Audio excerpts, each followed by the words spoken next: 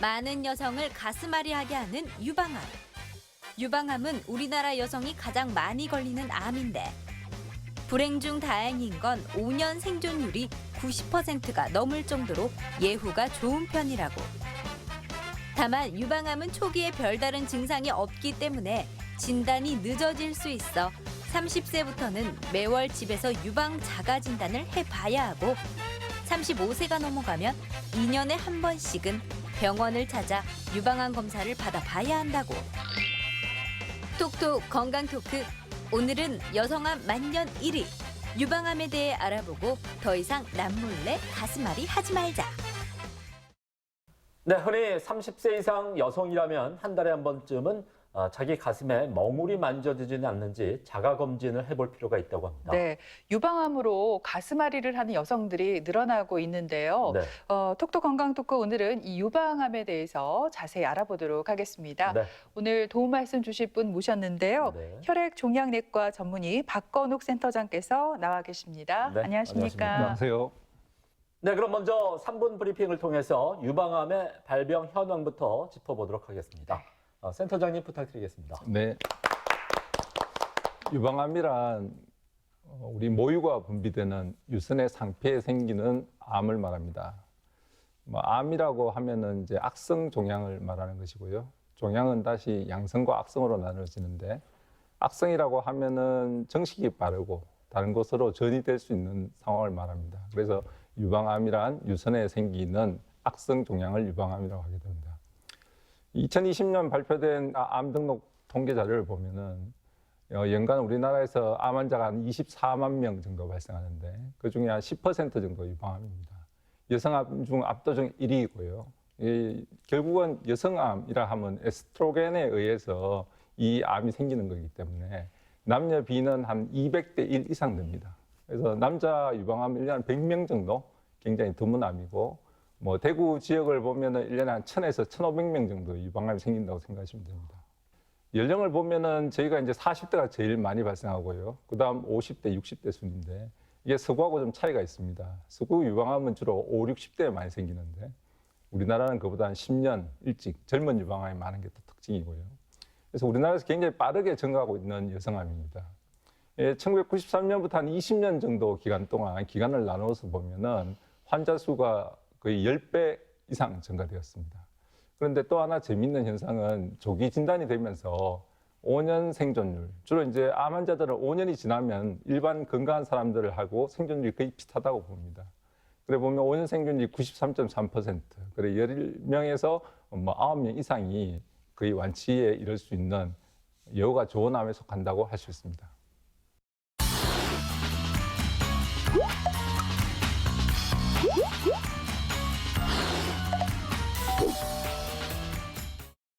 네, 이 네. 유방암이 여성암 1위를 차지하는 데다가 지금 빠르게 증가하고 있는 추세지만 네. 다행스럽게 예후는 좋다고 말씀해 주셨습니다. 네. 그렇다면 센터장님, 이 유방암이 생기는 원인이 뭘까요?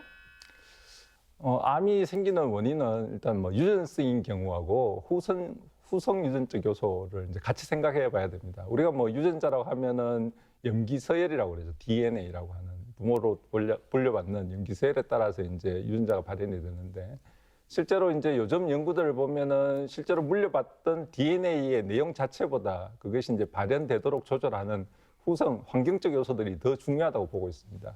그래서 실제로 보면 전체 유방암의 한 10 내지 25% 정도가 유전성 성향을 보이고 나머지 요소들은 우리가 흔히 알고 있는 비만, 운동 부족, 음주, 고지방 식이, 환경, 출산, 약물 등이 연관이 있다고 생각하고 있습니다.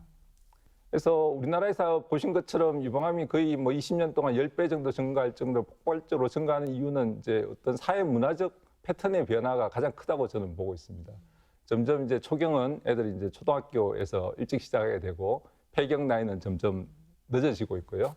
요즘 추세 자체가 결혼을 하지 않거나 결혼을 해도 아이를 낳지 않거나 낳아도 하나만 낳는 그런 경향들이 많기 때문에 결국은 여성들이 이제 출산, 임신 기간이 에스트로겐에 노출되지 않는 기간이거든요. 그게 안정기간인데 그 안정기간이 점점 줄고 있는 겁니다. 그리고 시기 자체도 점점 서구식으로 바뀌고 있고 또 여성 음주, 비만이 늘어나고 있는 것도 한 요인이라고 생각합니다. 네, 센터장님께서 유방암은 유전적인 요인도 무시할 수 없다 이렇게 말씀을 해주셨는데 그래서일까요? 그 몇 년 전에 안젤리나 졸리가 예방적인 차원에서 유방을 절제를 했었죠. 뭐 아직까지도 이게 참 말이 많은데 그 정말로요. 실제로 엄마가 유방암일 경우에 네. 딸도 유방암에 걸릴 확률이 높나요? 그러니까 앞에 말씀드린 것처럼 분명히 유전적 요인이 있습니다. 10 내지 25%라고 하지만 유전적 요인이 분명히 있는 게 맞고 안젤리나 졸리 이야기를 다시 하면은 안젤리나 졸리의 어머니는 56세 유방암으로 돌아가셨어요. 그래서 이제 어릴 때 상처를 입었겠죠. 그리고 이제 아시는 것처럼 입양을 많이 해서 애도 많죠. 그래서 이제 그런 것 때문에 본인이 이제 BRCA 유전자 검사를 했습니다. 그래서 유전자 검사를 해봤더니 자기한테 이제 유전적 소인이 있다는 걸 확인하고 나서 2013년에 이제 예방적으로 양쪽 유방을 다 절제를 했습니다. 그래서 이렇게 BRCA 유전자 변이가 있는 경우에는 일생 사는 동안에 평생에 한 60 내지 80% 확률이기 때문에 상당히 높은 거죠, 그죠? 그래서 뭐 안젤리나 졸리의 선택은 충분히 존중받을 수 있는 것입니다. 근데 우리나라에서 이제 이런 BRCA 유전자 변이를 꼭 해야 되는 경우 어떤 경우가 있냐면은 유방암에 이제 가족력이 있는 경우, 엄마가 유방암이었는데 언니도 유방암이고 나도 유방암이다. 이러면 이제 한 가족에서 3명이 있는 거잖아요. 그럴 경우 있는 경우. 그래서 우리나라에서 보통 유방암이 4, 5, 60대가 생긴다 그랬는데 젊은 나이에 30대 유방암이 생겼다. 그러면 또 해보셔야 되고요.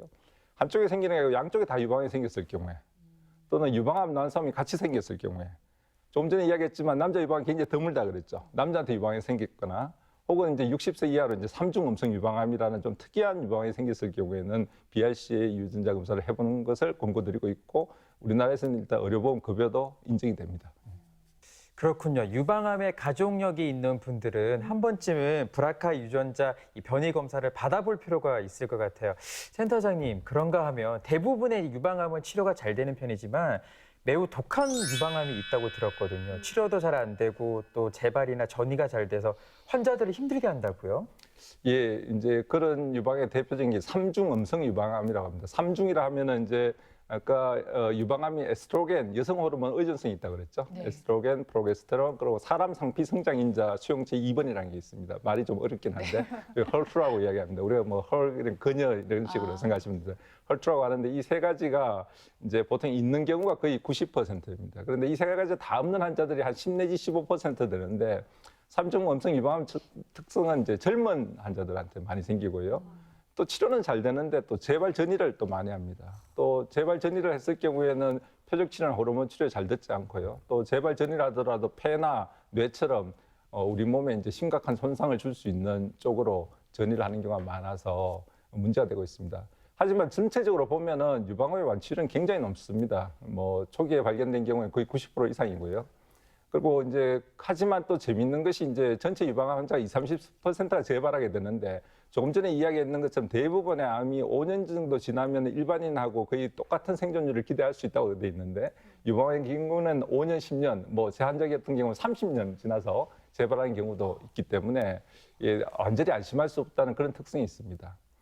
또 대부분 뭐 위암이나 대장암 같은 경우는 치료 기간이 길어야 6개월이지만 유방암 같은 경우는 이제 호르몬 치료까지 하게 되면 최소 6개월에서 10년 치료 기간이 걸리게 됩니다.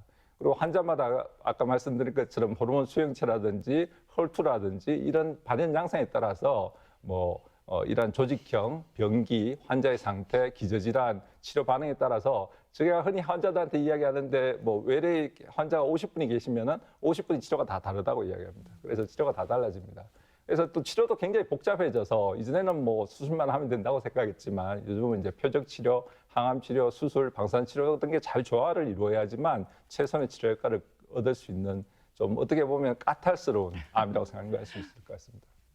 네, 지금 까탈스러운 암이다 이렇게 설명을 해주셨는데, 그러니까 유방암은 한 번의 수술로 그냥 그 치료가 끝나는 게 아니라 표적과 항암, 방사선 치료를 동시에 시행을 해야 어떤 그 좋은 결과를 얻을 수 있다면서요? 네. 그래서 이런 걸 이제 다학제 진료라고 그럽니다. 이게 뭐 백지장도 맞들면 낫다는 말도 있고, 그리고 이제 뭐 개인이 조직을 이길 수 없다고 이야기하죠. 네, 똑같습니다. 그래서 과거에는 뭐 수술 하나로 하면 끝나는 병이었지만 지금은 뭐 표적 치료, 항암 치료 10년의 치료 기간이 걸린다 그랬죠. 그래서 뭐 수술, 방사선 치료에 팀을 이뤄서 접근하는 게 제일 중요하고요. 그리고 또 환자가 놓인 상황도 다르죠. 환자의 경제적 상황도 다를 것이고 체력도 다를 것이고 정신적 스트레스를 얼마나 느끼냐도 다를 것이고 여러 가지 요소들 다 고려해서 해야 되기 때문에 지금은 이제 뭐 가장 이성적이고 합리적으로 이제 여러 과의 전문의들이 같이 모여서 머리를 맞대고 최선의 치료 방법을 찾는 다학제 팀 진료를 잘할 수 있느냐가 이제 좋은 병원을 결정하는 요소라고 생각합니다. 그래서 유방암 다학제 진료는 이제 어떤 그럼 좋은 다학제 진료란 뭐냐 생각해 보면은 일단 뭐 내과, 외과, 방사선 종양학과, 영상의학과, 병리과 이런 관련된 모든 교수들이 시간을 내서 같이 참석할 수 있어야 할 것이고요. 그리고 이제 의사소통이 서로 잘 돼야 되겠죠. 뭐 얼굴은 맞대고 있지만 서로 말이 안 통한다거나 지하고 말하기 싫다거나 이런 상황이 안 되겠죠, 그죠?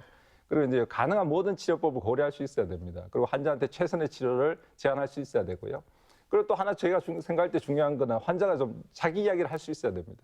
뭐 3분 진료라고 하죠. 그냥 뭐 가서 얼굴 보고 안녕하세요 하고 나오는 그런 진료가 아니고 환자가 놓여 있는 상황들을 고려해야 되기 때문에 환자가 편안하게 이야기할 수 있는 그 정도를 배려해 줄 수 있는 팀이 좋은 다학제 진료팀이라고 생각합니다.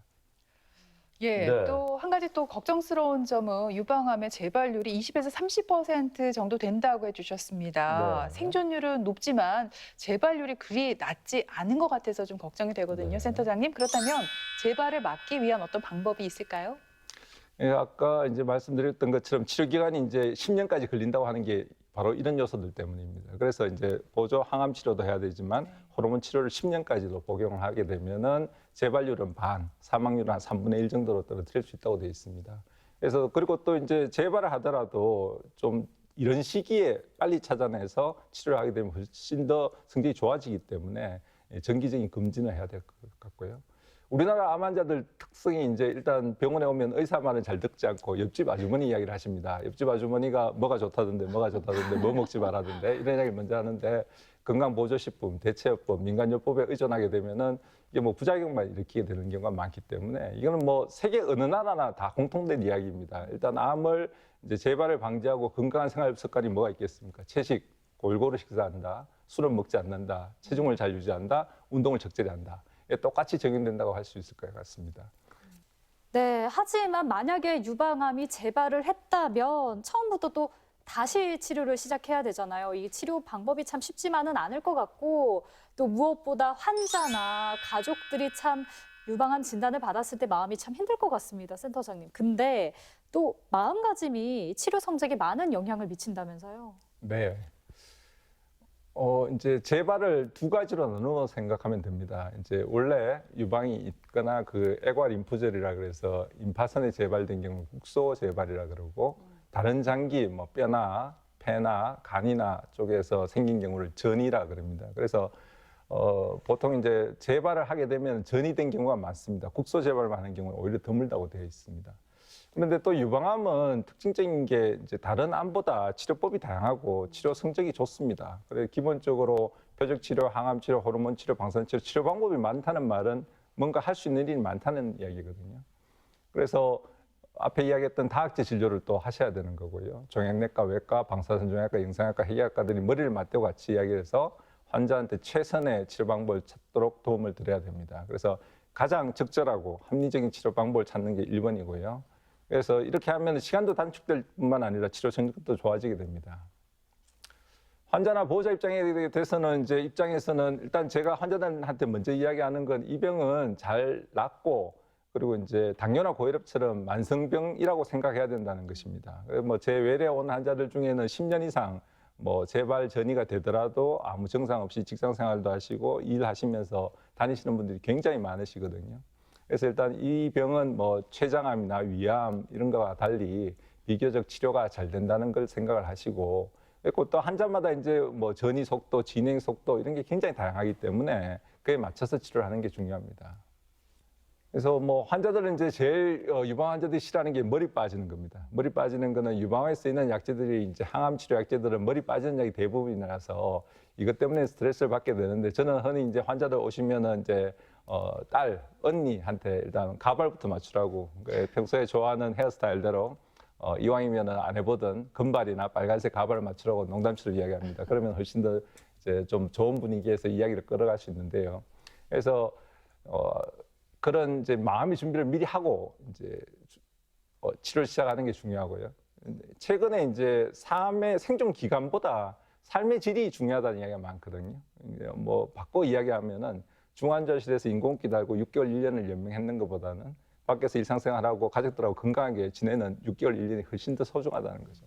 그래서 그게 중요하기 때문에 삶의 질을 반드시 고려해 봐야 되고, 직장 생활도 그렇습니다. 본인이 직장 생활에 뭐 정말 스트레스를 받고 뭐 못 해 먹겠다는 생각이 들고 힘들고 이러면 안 하는 게 맞지만, 직장 생활이 즐겁고 또 뭐 피치 못하게 직장 생활을 해야 되는 상황이라면은 그걸 잘 받아들이시고 직장 생활 할 수 있게 만들어 드릴 수 있으니까 생활을 계속 유지하시고 삶의 질을 우선해서 치료 과정을 이겨나가시고 계획을 잡아놓는 게 맞다는 이야기를 꼭 해드리고 있습니다. 잘 이겨내시리라 생각이 듭니다. 그런가 하면 코로나19가 이제 장기화되면서 많은 분들이 뭐 운동량도 줄어들고 또 야외 활동이 줄어들다 보니까 확진자분들이 굉장히 많아졌어요, 센터장님. 근데 위험 인자 중에 하나가 또 비만이잖아요. 운동을 좀 많이 해야겠죠? 어떻습니까? 비만에 대해서는 요즘 하여튼 할 이야기가 많습니다. 비만이 이제 암을 유발하는 기전에 대해서 최근 밝혀진 것이 많습니다. 비만은 유방암뿐만 아니라 대장암, 전립선암, 신장암, 식도암 등 많은 암과 연관이 있고요. 그래서 이제 비만이 왜 암을 일으키느냐 하는 건 이제 최근 연구가 많이 되어 있는데, 일단 비만이 되면은 체내 지방이 축적되겠죠. 지방 세포가 축적이 되면 이제 내당성 장애라 그러죠. 당을 잘 제사를 못 시키는 거예요. 그러면 어떻게 되냐 그러면 우리 연비가 떨어지면 이제 기름은 많이 들어가지만 많은 거리를 못 가는 것처럼 당을 소화하기 위해서 인슐린을 때려 부어야 되는 겁니다. 그래서 부족하니까 이제 당뇨병 환자들 인슐린을 밖에서 보충하는 거죠.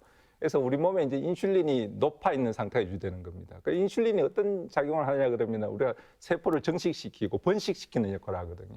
그래서 이게 암이 자라는 원인이라고 또 이야기하고, 지방이 있으면 이제 염증이 많이 생기게 됩니다. 혈액순환도 나빠질 것이고 염증이 생기게 되면 염증에 이제 거기서 사이토카인이라서 세포 전달 물질이 나오는데 이게 또 암세포를 증식시키게 됩니다. 그리고 이제 렙틴이라는 물질이 나오는데 렙틴 자체가 또 이제 암세포가 빨리 자라도록 도와주는 역할을 하고요. 또 이제 비만으로 끝나지 않죠. 비만 하신 분들이 대부분 음주, 흡연 열심히 하시고 운동 안 하시고 이런 경우가 많기 때문에 이래가 여러 가지 인자들이 합쳐져 가지고 이제 뭐 위험도를 2배, 3배로 올리게 되는 것이죠. 비만 무서운 병이죠. 그런데 이제 유방암 환자들의 체중 변화를 살펴보면은 실제로 이제 유방암 환자들이 뭐 암이 걸리면은 위암이나 뭐 대장암이나 간암 같은 경우는 체중이 빠진다고 이야기하는데, 특이하게도 유방암 환자들은 체중이 막 찝니다. 뭐 선생님 지난주보다 1kg 늘었어요, 2kg 늘었어요 이런 환자들이 많은데 평균 한 5.9kg가 는다고 되어 있습니다, 평균이. 그런데 5.9kg 상당히 많은 몸무게거든요. 그래서 보면은 첫째 원인을 보면 일단 암이 걸리고 나면 좀 게으르진다 그러나 무기력해진다 그러나, 그래서 뭔가 활동량이 확 떨어지게 되고요. 그리고 이제 항암 치료, 호르몬 치료가 하는 게 이제 결국 에스트로겐을 떨어뜨리는 거기 때문에 조기 폐경이 오게 됩니다. 조기 폐경이 오게 되면은 뭐 여성분들이 주로 느끼는 것처럼 무기력해지고 우울해지고 활동량이 떨어지고 이런 현상이 생기기 때문에 그것 때문에 몸무게가 급격히 느는 것으로 보고 있습니다. 그래서 운동만으로 이제 체중 감량이 잘 안 되면은 뭐 식이요법이나 약물이 도움이 되는지를 묻는 분들이 많습니다. 그런데 제가 권해드리는 가장 좋은 운동은 걷기 운동입니다. 뭐 하루 30분 정도.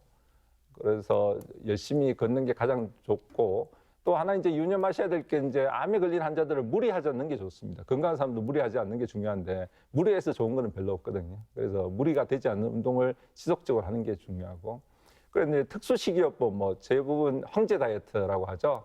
탄수화물을 적게 먹고 지방, 단백은 많이 섭취하는 이런 이제 황제 다이어트라고 하는데, 이걸 장기간 지속하게 되면은 이제 칼슘 레벨이 떨어져서 골다공증 같은 게 생기고 쇠약감, 피로, 변비 같은 게 생겨서 환자 전체적으로 오히려 이제 해가 되는 경우가 많고요. 또 고단백식이만 계속하다 보면은 이제 대장암, 신장암 같은 다른 암의 위험도가 올라가서 전체적으로 보면 암 생존율 자체가 오히려 떨어지게 됩니다. 그래서 이러한 특수한 식이요법은 이제 비만인 암 환자들한테는 추천되지 않습니다. 그래서 암 환자들은 이러한 특수한 식이요법을 하지 않는 게 좋다고 이야기하고 있고요. 그런데 요즘 이제 최근에 이제 많이 주목받는 게 메포민이라는 약입니다. 메포민이라는 약은 옛날부터 당뇨병에 오래 쓰이던 약이었습니다. 그런데 이게 체중 감소 효과가 있을 뿐만 아니라 암 발생률도 떨어뜨리고 암을 예방하는 효과도 있고 재발을 방지하는 효과가 있다는 게 알려지면서 특히 이제 체중이 좀 많이 나가시는 분들, 조금 전에 이야기했던 인슐린 레벨이 높게 유지되는 분들, 그러니까 대사장이라 그러죠. 대사장에 있는 분들은 꼭 당뇨병이 아니라도 메폴민을 먹으면은 암 예방에 있다고 생각하고 권하고 있습니다. 그래서 메폴민 약제가 있으니까 체중이 많이 나가시거나 당뇨 전 단계 혹은 당뇨에 기미가 있으신 분들은 메폴민을 추천해 드리고 있습니다. 네, 많은 여성분들이 폐경 후 호르몬 요법 치료를 많이 하는데 사실 또 주저하게 되는 부분이 있습니다. 호르몬 치료를 하면은 유방암 발병률이 높아진다 이런 얘기가 있거든요. 실제로 어떻습니까?